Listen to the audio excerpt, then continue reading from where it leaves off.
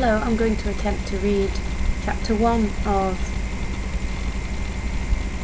Douglas Adams' The Hitchhiker's Guide to the Galaxy to you. I didn't write it, clearly, because my name is not Douglas Adams. The house stood on a slight rise just on the edge of the village. It stood on its own and looked out over a broad spread of West Country farmland. Not a remarkable house by any means. It was about 30 years old. Squattish, squarish, made of brick, and had 4 windows set in the front of a size and proportion which more or less exactly failed to please the eye. The only person for whom the house was in any way special was Arthur Dent, and that was only because it happened to be the one he lived in. He had lived in it for about 3 years, ever since he had moved out of London, because it made him nervous and irritable. He was about 30 as well, tall, dark-haired, never quite at ease with himself. The thing that used to worry him most was the fact that people always used to ask him what he was looking so worried about. He worked in local radio, which he always used to tell his friends was a lot more interesting than they probably thought. It was, too. Most of his friends worked in advertising. On Wednesday night it rained very heavily and the lane was wet and muddy, but the Thursday morning sun was bright and clear as it shone on Arthur Dent's house for what was to be the last time. It hadn't properly registered yet with Arthur that the council wanted to knock it down and build a bypass instead. At 8 o'clock on Thursday morning Arthur didn't feel very good. He woke up blearily, got up, wandered blearily round his room, opened a window, saw a bulldozer, found his slippers, and stomped off to the bathroom to wash. Toothpaste on the brush. So, scrub. Shaving mirror pointed at the ceiling. He adjusted it. For a moment it reflected a second bulldozer through the bathroom window. Properly adjusted, it reflected Arthur Dent's bristles. He shaved them off, washed, dried, and stomped off to the kitchen to find something pleasant to put in his mouth. Kettle, plug, fridge, milk, coffee, yawn. The word bulldozer wandered through his mind for a moment in search of something to connect with. The bulldozer outside the kitchen window was quite a big one. He stared at it. Yellow, he thought, and stomped off back to the bedroom to get dressed. Passing the bathroom, he stopped to drink a large glass of water, and another. He began to suspect that he was hungover. He supposed that he must have been. He caught a glint in the shaving mirror. Yellow, he thought, and stomped on to the bedroom. He stood and thought. The pub, he thought. Oh dear, the pub. He vaguely remembered being angry. Angry about something that seemed important. He began telling people about it. Telling people about it at great length. He rather suspected his clearest visual recollection was of glazed looks on other people's faces. Something about a new bypass he'd just found out about. It had been in the pipeline for months, only no one seemed to know about it. Ridiculous. He took a swig of water. It would sort itself out, he'd decided. No one wanted a bypass. The council didn't have a leg to stand on. It would sort itself out. God, what a terrible hangover it had earned him, though. He looked at himself in the wardrobe mirror. He stuck out his tongue. Yellow, he thought. The word yellow wandered through his mind in search of something to connect with. 15 seconds later he was out of the house and lying in front of a big yellow bulldozer that was advancing up his garden path. Mr. L. Prosser was, as they say, only human. In other words, he was a carbon-based bipedal life form, descended from an ape.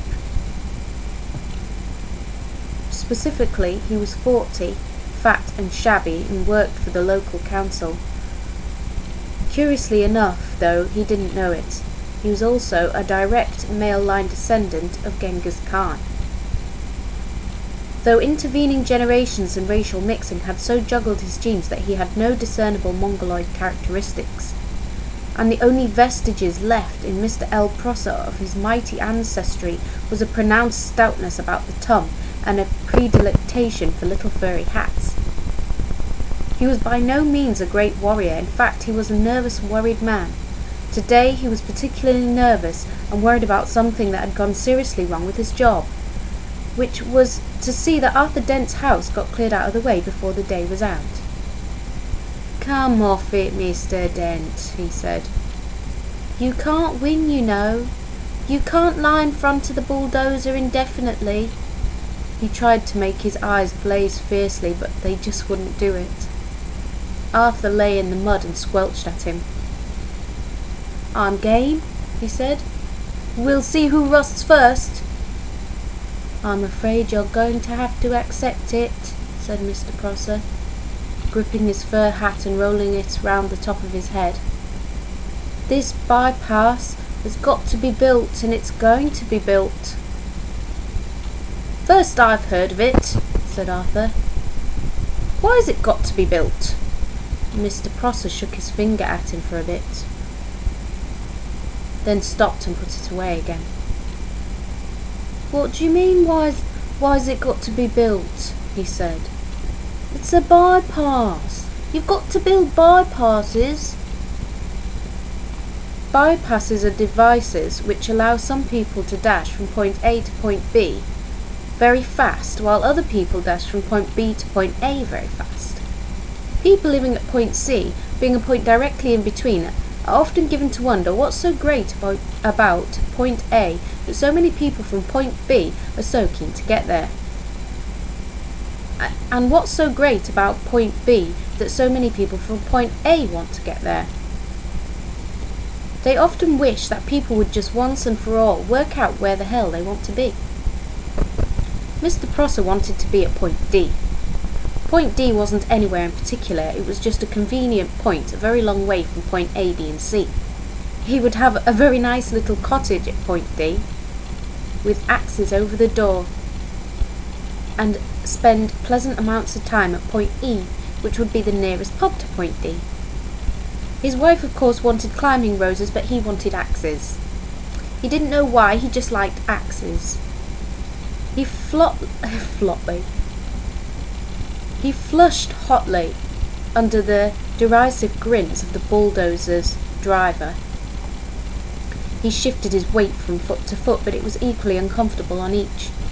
Obviously somebody had been appallingly incompetent, and he hoped to God it wasn't him. Mr. Prosser said, "You're quite entitled to make any suggestions or protests at the appropriate time, you know." "Appropriate time?" hooted Arthur. "Appropriate time? The first I knew about it was when a workman arrived at my house yesterday.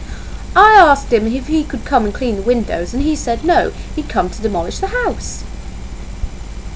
He didn't tell me straight away, of course. Oh no, first he wiped a couple of windows and charged me $5. Then he told me." "But Mr. Dent, the plans have been available in the local planning office for the last 9 months. "Oh yes, well as soon as I heard I went straight round to see them yesterday afternoon. You hadn't exactly gone out of your way to call attention to them, had you? I mean, like actually telling anybody or anything?" "But the plans were on display." "On display? I eventually had to go down to the cellar to find them." "That's the display department." "With a torch?" "Oh, well, the lights are probably gone." "So are the stairs." "But look, you found the notice, didn't you?" "Yes," said Arthur. "Yes, I did. It was on display in the bottom of a locked filing cabinet, stuck in a disused lavatory, with a sign on the door saying "Beware of the leopard." A cloud passed overhead. It cast a shadow over Arthur Dent as he lay propped up on his elbow in the cold mud. It cast a shadow over Arthur Dent's house. Mr. Prosser frowned at it. It's not as if it's a particularly nice house, he said. I'm sorry, but I happen to like it. You like the bypass.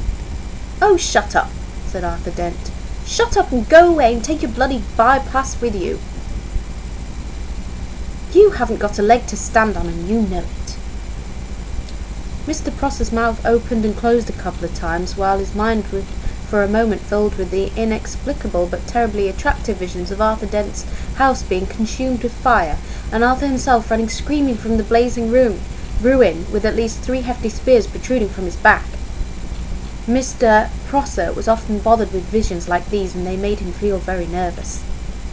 He stuttered for a moment and then pulled himself together. Mr. Dent, he said. Hello? Yes? Said Arthur. Some factual information for you. Have you any idea how much damage that bulldozer would suffer if I just let it roll straight over you? How much? Said Arthur. None at all, said Mr. Prosser, and stormed nervously off, wondering why his brain was filled with 1,000 hairy horsemen all shouting at him.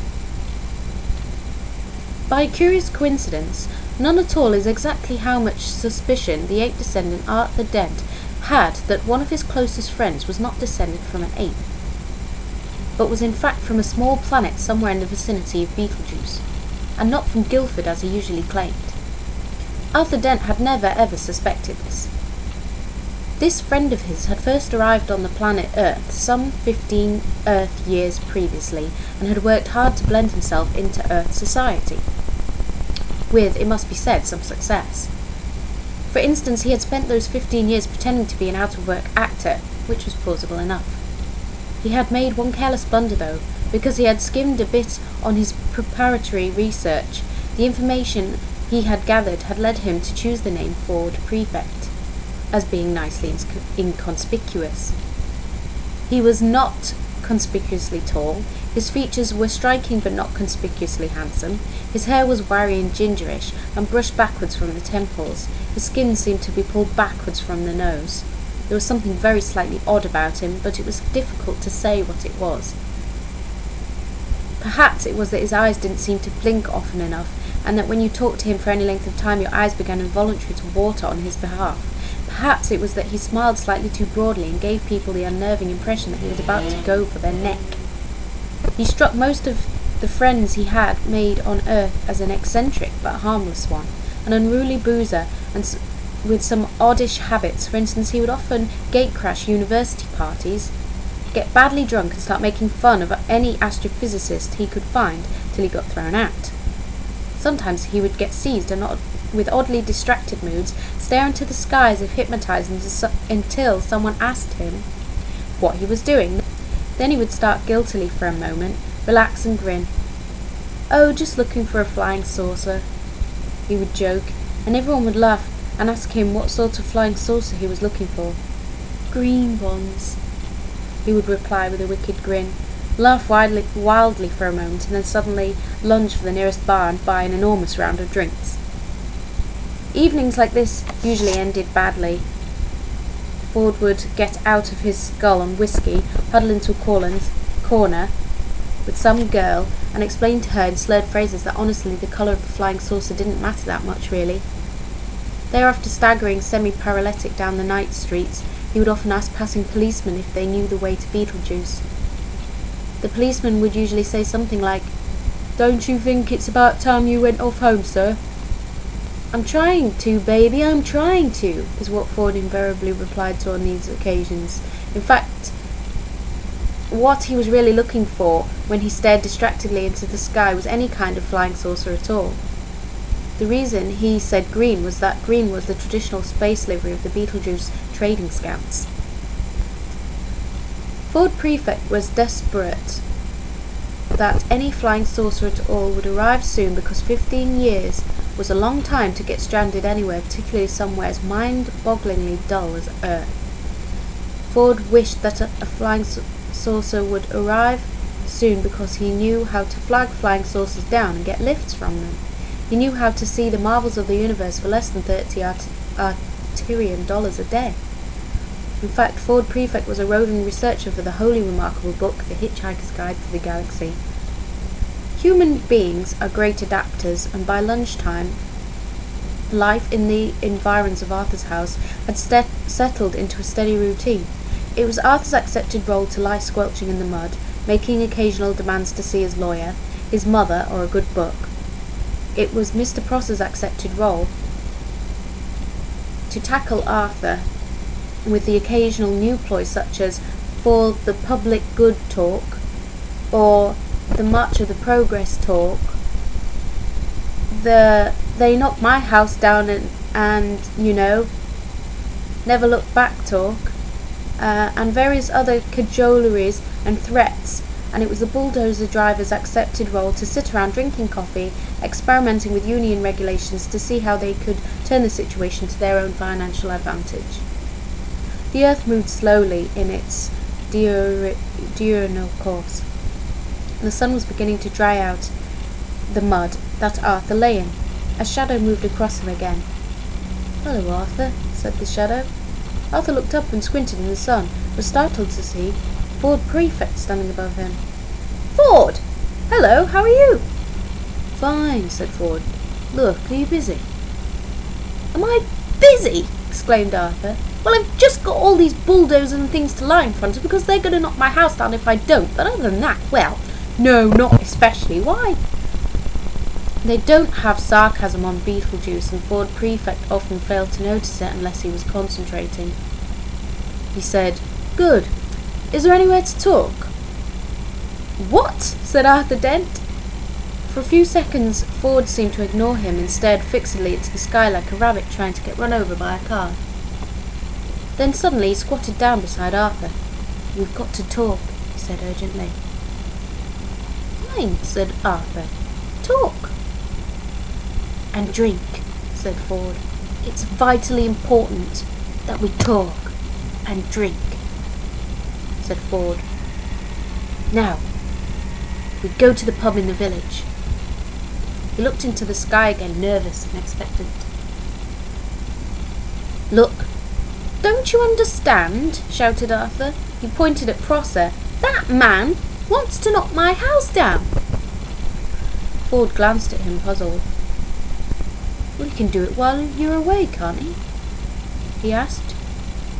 "But I don't want him to." "Ah." "Look, what's the matter with you, Ford?" said Arthur. Nothing's the matter. Listen to me. I've got to tell you the most important thing you've ever heard. I've got to tell you now. And I've got to tell you in the saloon bar of the Horse and Groom." "But why?" "Because you're going to need a very stiff drink."